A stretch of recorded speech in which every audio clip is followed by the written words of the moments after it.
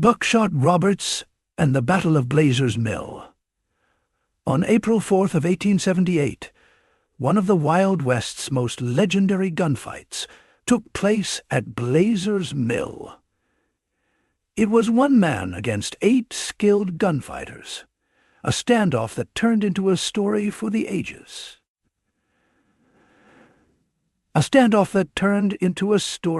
So, who was Buckshot Roberts? Andrew L. Buckshot Roberts was a cowboy, buffalo hunter, and frontier legend.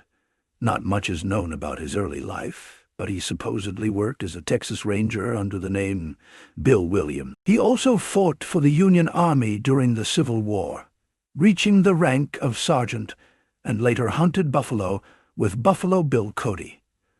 Roberts earned his nickname after a shotgun blast left his right arm permanently damaged. He couldn't lift his rifle higher than his hip, but it didn't stop him from being a deadly shot.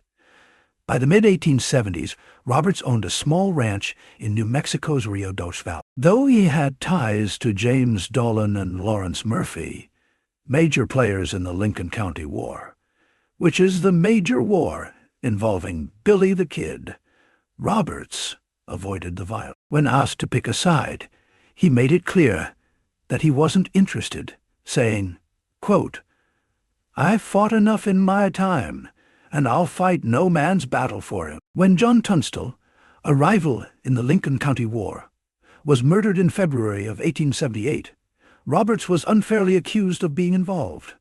A warrant was issued for his arrest. Trying to avoid the conflict, Roberts sold his ranch and planned to leave the area. While waiting for his payment at Blazer's Mill, Roberts had no idea that a group of gunmen known as the Regulators, the famous Regulators that we've already done a video on, including Billy the Kid and their leader Dick Brewer, were there hunting Tunstall's killers. Blazer's Mill was a sawmill and a trading post, with a few scattered buildings nearby. Roberts had arrived that day to check if his payment had arrived. The Regulators spotted him and decided to confront him. Franco approached first, trying to convince Roberts to surrender. But Roberts refused, believing that the Regulators would just kill him anyway. Tensions boiled over, and Dick Brewer sent the rest of the Regulators to force Roberts' hand. Buckshot Roberts fired first, hitting Charles Beaudry in the belt buckle and knocking the wind out of him. In the chaos, Roberts was shot in the stomach but kept fighting. Over the next few moments, he wounded several Regulators, including John Middleton, who was shot in the chest. Doc Scurlock's pistol was shattered by a bullet. George Coe lost a thumb and a trigger finger, and Billy the Kid's arm was grazed. When his rifle ran out of bullets, Roberts used the barrel of his gun to knock Billy the Kid unconscious before retreating inside the mill. Arming himself with another rifle, Roberts barricaded the doorway and prepared for more. Frustrated by this stalemate, Dick Brewer tried to sneak around the back of the mill, but Roberts saw him and fired, killing Brewer with a shot to the eye. With their leader dead and morale shattered, the Regulators retreated. Locals later approached Roberts with a doctor under a white flag, and though the doctor tried to treat him, or did treat him, Roberts' wound was fatal, and he died within 36 hours. The aftermath is where Buckshot Roberts and Dick Brewer are actually buried side by side in Mescalero, New Mexico. You can still go to see it. Though outnumbered, Roberts' courage and skill turned the battle into one of the West's greatest stories, a tale of actual, true grit of the American West, determination, and one man's fight against all odds. The Cherokee Courtroom Shootout, or the Going Snake Massacre. On April 15th of 1872, a bloody and chaotic gunfight erupted during a trial in the Cherokee Nation's Going Snake District. Known as the Cherokee Courtroom Shootout, or the Going Snake Massacre, the event was a result of a jurisdictional dispute between Cherokee court systems and the U.S. federal authorities. Surpriser. The origins of this feud are about the conflict that began between Ezekiel, or Zeke Proctor, a Cherokee man who killed Polly Beck, another Cherokee, and seriously wounded her white husband, Jim Kesterson. On February 13th of 1872, Proctor confronted Kesterson at Hillbrand Mill, where Kesterson worked with Polly. The two men argued, and when the situation escalated, Polly stepped between them to stop the fight. Proctor fired, killing Polly and narrowly missing Kesterson, who fled. Proctor claimed the shooting was accidental, but Polly's family, the Becks, believed otherwise. Both families had a tense history. Proctor was a member of the Katoa Society, a Cherokee group dedicated to preserving traditional tribal ways and opposing white influence. The Becks, by contrast, had Confederate ties during the Civil War and were not aligned with Proctor's faction. Rumors swirled that Proctor might have harbored romantic feelings for Polly, adding fuel to the already bitter feud. At the time, Oklahoma was considered Indian territory, with tribes governing themselves under their own laws. Proctor, a Cherokee, was tried in the Cherokee court system.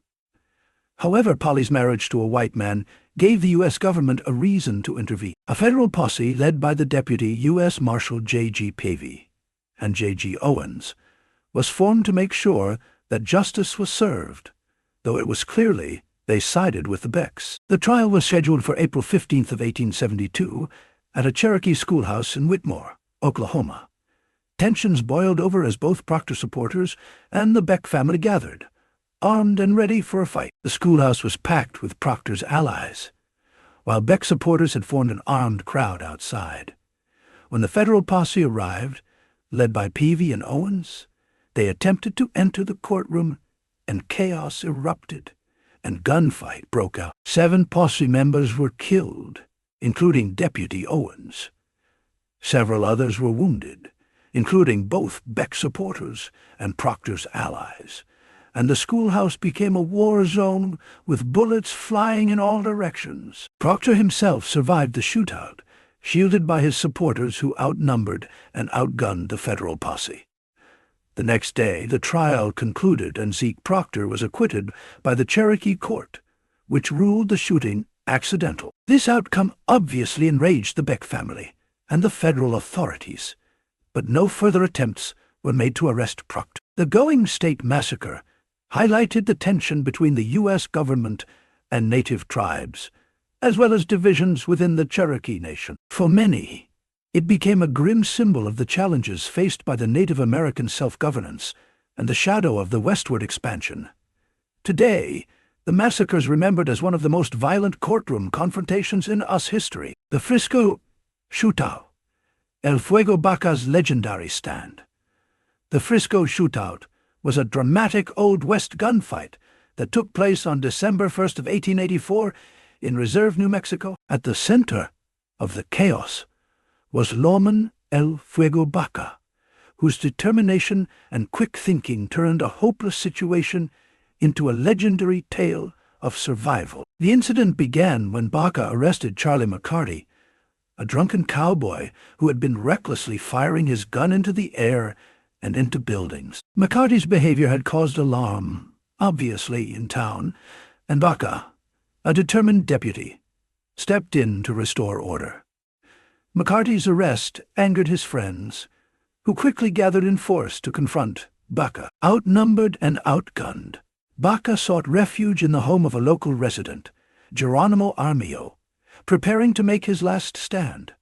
The confrontation escalated into a fierce standoff as numbers of cowboys swelled to nearly 80 men. For 36 hours, a relentless barrage of gunfire rained down on Armio's house.